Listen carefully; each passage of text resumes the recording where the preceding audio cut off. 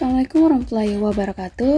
Halo teman-teman, pada video kali ini saya akan membahas mengenai deteksi atau profiling keragaman mikrobia pada tanaman jagung serta dampaknya terhadap pertumbuhan kesehatan tanaman. Tanaman jagung menyimpan komunitas mikroorganisme yang sangat beragam mulai dari akar, batang, daun, hingga biji. Mikroorganisme ini memberikan pengaruh positif maupun negatif terhadap pertumbuhan tanaman. Tanaman jagung atau dalam bahasa ilmiahnya zeamys memiliki komunitas mikroba yang sangat beragam. Mikroba ini ditemukan di berbagai bagian tanaman yaitu rhizosfer atau tanah sekitar akar, endofit akar, batang, daun, hingga biji jagung. Beberapa mikroba yang paling sering ditemukan antara lain Bacillus sp, Pseudomonas, Enterobacter, Aspergillium, serta kelompok besar seperti Actinobacteria, Proteobacteria, dan Firmicutes. Mikroba-mikroba ini berperan penting dalam fiksasi nitrogen dari udara, produksi hormon pertumbuhan, pelarutan fosfat, serta menekan pertumbuhan patogen tanaman. Selanjutnya, spesimen dan sampel penelitian. Spesimen yang digunakan adalah tanaman jagung atau zeamys. Sampel yang diambil dapat berupa tanah rhizosfer, yaitu tanah yang berada di sekitar akar tanaman, kemudian akar jagung, batang, daun, bahkan biji jagung. Tanah rhizosfer dipilih karena daerah ini merupakan tempat interaksi utama antara akar tanaman dengan mikroorganisme tanah. Pada bagian ini biasanya ditemukan populasi mikroba yang sangat tinggi dan beragam. Ada 4 tahap utama dalam profiling keragaman mikrobia. Tahap pertama adalah pengambilan sampel. Untuk sampel jaringan tanaman seperti akar, batang, atau daun, permukaannya terlebih dahulu disterilisasi menggunakan etanol dan natrium hipoklorit agar hanya mikroba endofit saja yang tertangkap, bukan kontaminan dari luar. Kemudian disimpan dalam minus 80 derajat Celcius. Setelah itu, tahap kedua adalah ekstraksi DNA. DNA total dari seluruh komunitas mikroba diekstraksi dari sampel menggunakan kit komersial.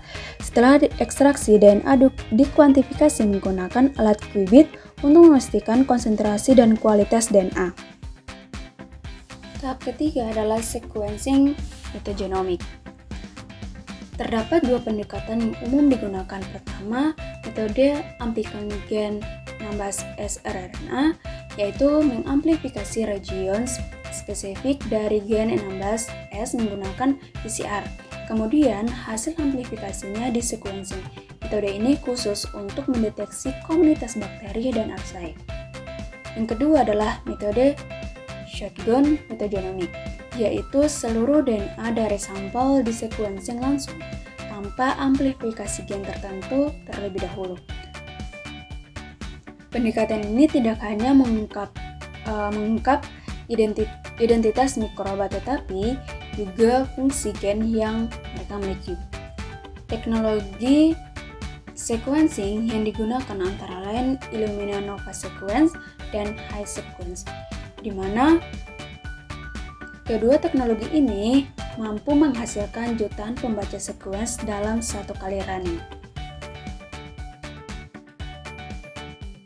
Tahap keempat, analisis bioinformatika.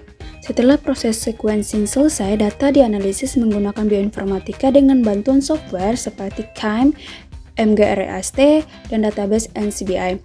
Analisis ini bertujuan untuk mengetahui jenis mikroba yang terdapat pada tanaman jagung, jumlah kelimpahan mikroba, serta fungsi biologisnya.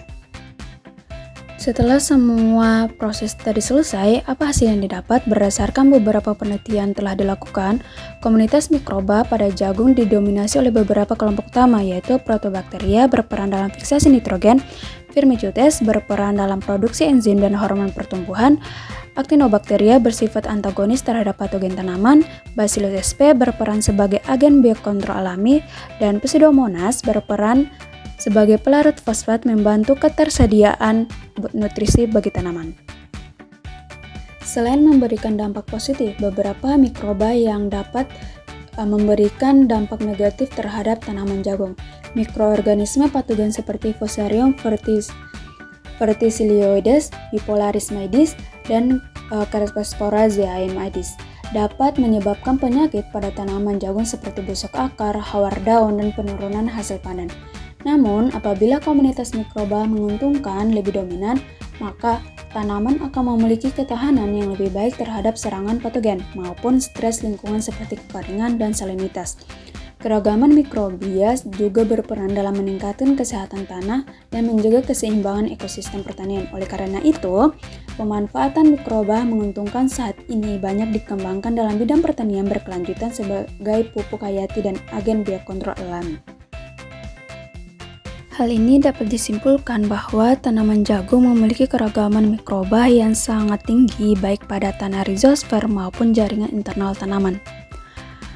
Profiling keragaman mikroba dapat dilakukan menggunakan metode molekuler seperti sequencing 16 srRNA dan shotgun metagenomic. Keberadaan mikroba tersebut sangat penting karena dapat membantu pertumbuhan tanaman, meningkatkan penyerapan nutrisi, melindungi tanaman dari patogen, serta meningkatkan ketahanan tanaman terhadap stres lingkungan. Cukup sekian penjelasan saya. Terima kasih. Wassalamualaikum warahmatullahi wabarakatuh.